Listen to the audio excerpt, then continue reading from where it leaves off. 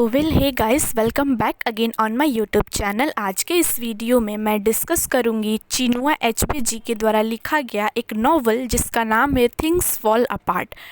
इस नॉवल के एक बहुत ही इंपॉर्टेंट क्वेश्चन के आंसर को मैं इस वीडियो में डिस्कस करूंगी and the question is that characteristic of Okonkwo or character sketch of Okonkwo, or maybe the question has come like describe Okonkwo as a flaming fire, and you can see on the screen that there are 3 questions. So इनमें से कोई भी question आएगा उसका same answer होगा, और ये जो है वो लॉन्ग क्वेश्चन है, लाइक 20 मार्क्स का आंसर जो है मैं इस वीडियो में डिस्कस करूँगी। सो वीडियो थोड़ी लंबी हो जाएगी।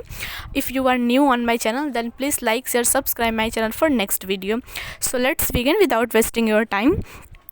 ये जो नॉवल है थिंग्स फॉल अपार्ट, इसको चिनुआ एचबे ने लिखा है, जो कि एक नाइजेरियन ऑथर हैं और इनको मॉडर्न अफ्रीकन लिटरेचर का फादर कंसिडर किया जाता है। ये जो नॉवल है वो एक हिस्टोरिकल नॉवल है जिसको 1958 में पब्लिश किया गया था, और जो इसका टाइटल है थिंग्स फॉल अपार्ट, इसको विलियम बटलर ईट्स का जो एक पोएम है द सेकेंड कमिंग, इससे जो है इसको अडॉप्ट किया गया है। नेक्स्ट जो थिंग्स, और ये जो मैं इंट्रोडक्शन बोली, ये इंट्रोडक्शन अगर कोई भी क्वेश्चन आए from things fall apart then आप ये टाइटल को उसमें यूज़ कर सकते हैं, और देन उसके बाद जो भी क्वेश्चन है उसके अकॉर्डिंग अपना आंसर लिखिएगा। ये क्वेश्चन कैरेक्टर को लेकर है, तो अब हम लोग उस चीज़ को यहाँ से डिस्कस करेंगे। जो थिंग्स फॉल अपार्ट है चिनुआ एचबे के द्वारा लिखा गया डॉक्यूमेंट, इसमें इन्होंने जो है वो इग्बो जो कम्युनिटी है वहाँ के लोगों का जो रिच लाइफ है और जो सिविलाइज्ड लाइफ है before the arrival of European, उसको दिखाया है। और उसके साथ साथ ही जब यूरोपियन मिशनरीज़ अराइव करते हैं यूमोफिया विलेज में इग्बो सोसाइटी के लोगों के बीच में, तो उसके वजह से क्या क्या जो है वो चेंजेस आते हैं, कैसा उन लोगों के सोशल और कल्चरल के ऊपर इफ़ेक्ट पड़ता है, कैसे वो रियून हो जाता है, इस चीज़ को भी जो है यहाँ पे ऑथर ने डिस्क्राइब किया है।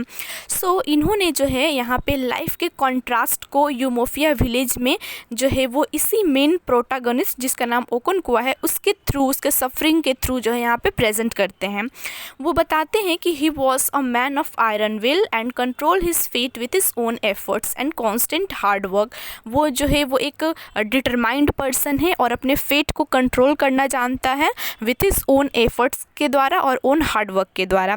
ओकोनक्वो जो है वो एक मैन ऑफ मिक्स्ड कैरेक्टर उसके पास है, जिसमें एक तरफ तो उसको जो है वो काफ़ी ज़्यादा brave, hard working, ambitious person दिखाया गया है, वहीं ऑन द अदर हैंड उसको जो है वो दिखाया गया है कितना जल्दी वो गुस्सा हो जाता है। उसके अंदर जो है वो कुछ शॉर्ट कमिंग है, like rashness, angerness, zero tolerance, तो ये सारे जो है उसकी शॉर्ट कमिंग है। जो ओकोनक्वो है उसके पास मैनी क्वालिटी है, जिसकी वजह से इस नोवेल में हम लोग उसे एक फ्लैमिंग फायर कैरेक्टर जो है वो कंसिडर कर सकते हैं, जिसको यहाँ पे मैंने टॉपिक वाइज टॉपिक जो है वो डिस्क्राइब किया है कि किस के थ्रू हम लोग उसे जो है वो एक फ्लेमिंग फायर कैरेक्टर जो है वो कंसिडर कर सकते हैं। तो चलिए अब एक एक टॉपिक वाइज डिस्कस करते हैं। जो फर्स्ट कैरेक्टरिस्टिक है वो क्या है, रोरिंग फ्लेम। जो ओकोनक्वो है जो कि इस नॉवल का हीरो है, ये जो नॉवल के स्टार्टिंग में दिखाया जाता है कि किस तरह जो ओकोनक्वो है वो अपनी फ्लेम की हाइट पर पहुंचा होता है। दैट मीन्स उसकी पर्सनालिटी, उसका अचीवमेंट वो बहुत ज़्यादा जो हो वो है यूमोफिया विलेज में फेमस हो चुका होता है। वो एक ग्रेट रेसलर रहता है जिन्होंने जो है वो एवरीबॉडी, वो चाहे मैन हो वुमेन हो, उसको उस लव को वो जीत चुका होता है, और बहुत ही जल्द उसे 2 टाइटल मिल जाता है रेसलिंग में, और उसकी 3 वाइफ्स हो जाती है। He is not only a wrestler but also a farmer. उसको जो है वो रिस्पेक्ट मिलता है from the villagers and become the powerful man of Umuofia. जो ओकोनक्वो है वो जो है वो स्ट्रॉन्गेस्ट मैन जिसका नाम रहता है एमेलाइंस, उसको भी रेसलिंग कॉन्टेस्ट मैच में जो है वो हरा देता है। इस वजह से वो अपने आप के ऊपर बहुत ज़्यादा जो है वो प्राइड फील करता है कि उन्होंने इतना स्ट्रॉन्गेस्ट मैन को हरा दिया कॉन्टेस्ट में। ओवरऑल ओकोनक्वो एक एग्रेसिव, पावरफुल और स्ट्रॉन्ग बिल्ड मैन है। यही पर्सनालिटी जो उसकी है उसे एक रोरिंग फ्लेम कैरेक्टरिस्टिक का बनाती है इस नॉवल में। जो उसकी नेक्स्ट कैरेक्टरिस्टिक है उसके अंदर वो है मैन ऑफ एक्शन का। ये जो पर्सन था ओकोनक्वो, ये जो है वो मैन ऑफ एक्शन के द्वारा हम लोग इसे जान सकते हैं। और ये जो है बहुत ही डिफरेंट पर्सन था इन क्लैंस पीपल, मतलब जो भी यूमोफिया के लोग हैं उन लोगों के बीच में। ये एक ऐसा पर्सन था जो टाइम आने पर सडनली उसका रिएक्ट करता था। मैन ऑफ एक्शन जो इसके अंदर की क्वालिटी है, यही इसकी वीकनेस का सबसे ज़्यादा कारण बनती है इस नॉवल में।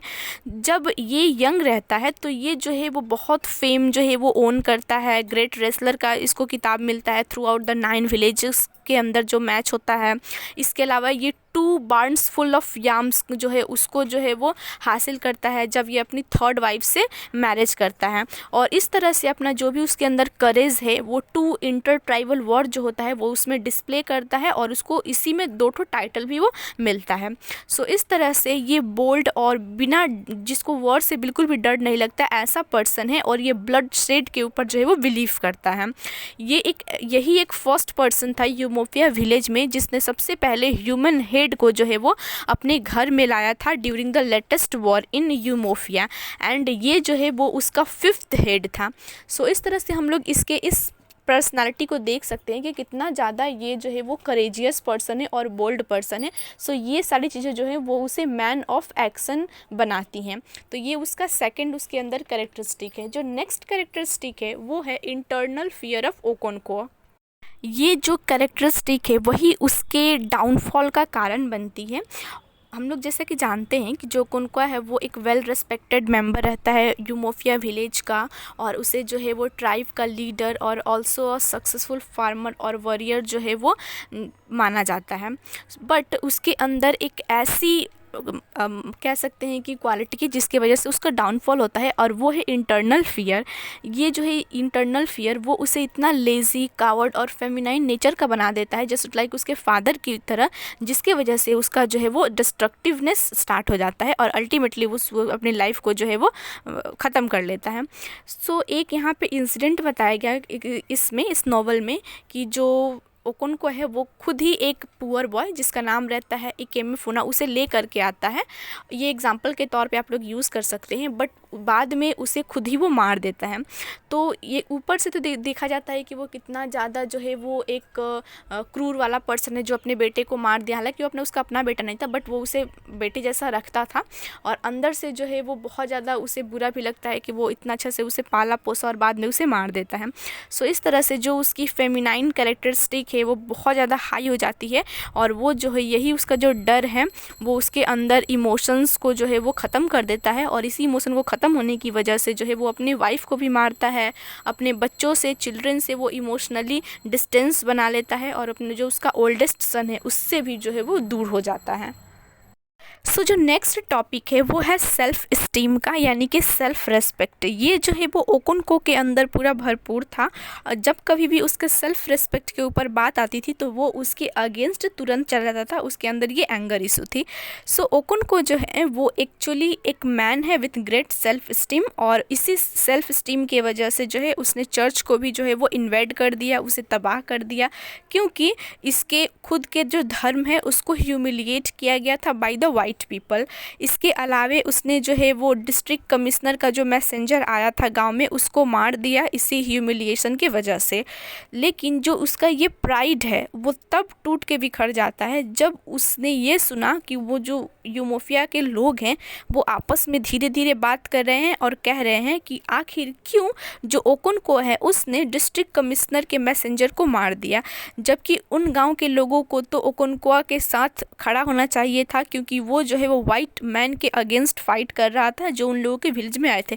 बट यहाँ तो उल्टा हो गया, लोग जो है वो ओकोनक्वो के साथ देने की बजाय वो खुद उसके अगेंस्ट में बोलने लगे थे। ये सुन करके फॉर द फर्स्ट टाइम उसका जो है हार्ट ब्रोकन हुआ, और वो जो है वो इग्बो कल्चर के रूल को तोड़ता है, और यूमोफिया ट्राइब जहाँ पे सुसाइड करना मना था वहाँ पे जाकर वो सुसाइड कर लेता है। सो इस तरह से हम लोग देखते हैं कि जो ओकोनक्वो है वो कितना ज़्यादा अपने कल्चर के लिए जो है वो इग्बो कल्चर के लिए जो है वो उसके अंदर डिवोशन है, और वो कितना ज़्यादा जो है वो इग्बो कल्चर को जो है वो रिस्पेक्ट करता है, और इसी के वजह से जो है वो अपनी जान भी ले लेता है। तो ये था उसका नेक्स्ट कैरेक्टरिस्टिक उसके अंदर कि वो कितना ज़्यादा जो है वो सेल्फ स्टीम पर्सन है। और आप लोग ऐसे भी एक कैरेक्टरिस्टिक या फिर हेडिंग बना सकते हैं कि loyal and devotion to his culture, तो ये भी इसी में आ जाएगा। सो जो नेक्स्ट कैरेक्टरिस्टिक है वो है ट्रेजिक हीरो, जहाँ पे हम लोग ओकोनक्वोआ को देखते हैं कि किस तरह से जो है वो एक लीडर और स्ट्रॉन्ग मैन रहता है। इग्बो का एक नाइजेरियन कम्युनिटी में से बिलोंग करता है और यूमोफिया विलेज में रहता है, लेकिन बहुत ही जल्द नोवेल के एंड में हम लोग को पता चलता है कि वो एक ट्रेजिक हीरो है, जहाँ पे वो पहले तो नोवेल के बिगिन में एक सक्सेसफुल पर्सन कंसिडर किया जाता है, लेकिन बहुत ही जल्द वो जो है वो पूरी तरीके से सुसाइड कर लेता है और सुसाइड के बाद उसे जो है हम लोग एक ट्रेजिक हीरो का डेफिनेशन देते हैं। सो इस बेसिस पे we can say that Okonkwo is a tragic hero.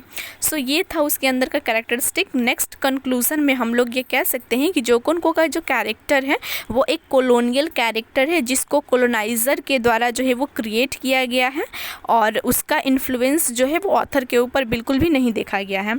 जो ऑथर हैं उन्होंने यहाँ पे हीरो को इसलिए क्रिएट किया है ताकि वो जो है वो परफेक्शन और इम्परफेक्शन दोनों को ही जो है वो मिक्सर को दिखा सके और इग्बो कल्चर का बैड साइड भी और गुड साइड दोनों को वो दिखाना चाहते थे।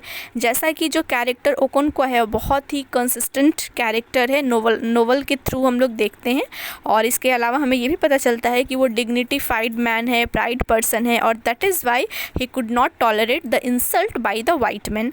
और उसी डिग्निटी के वजह से जो है वो सुसाइड कमिट करना ज़्यादा उसे अच्छा लगता है instead of surrendering to the white man. तो ये था पूरा जो है वो ओकोनक्वोआ का कैरेक्टर। आई होप आप लोगों को इस क्वेश्चन का आंसर इजीली समझ में आ गया होगा। अगर किसी और क्वेश्चन का आंसर चाहिए तो कमेंट करिए, मैं उसको प्रोवाइड करने की कोशिश करूँगी। थैंक यू, मिलते हैं नेक्स्ट वीडियो में।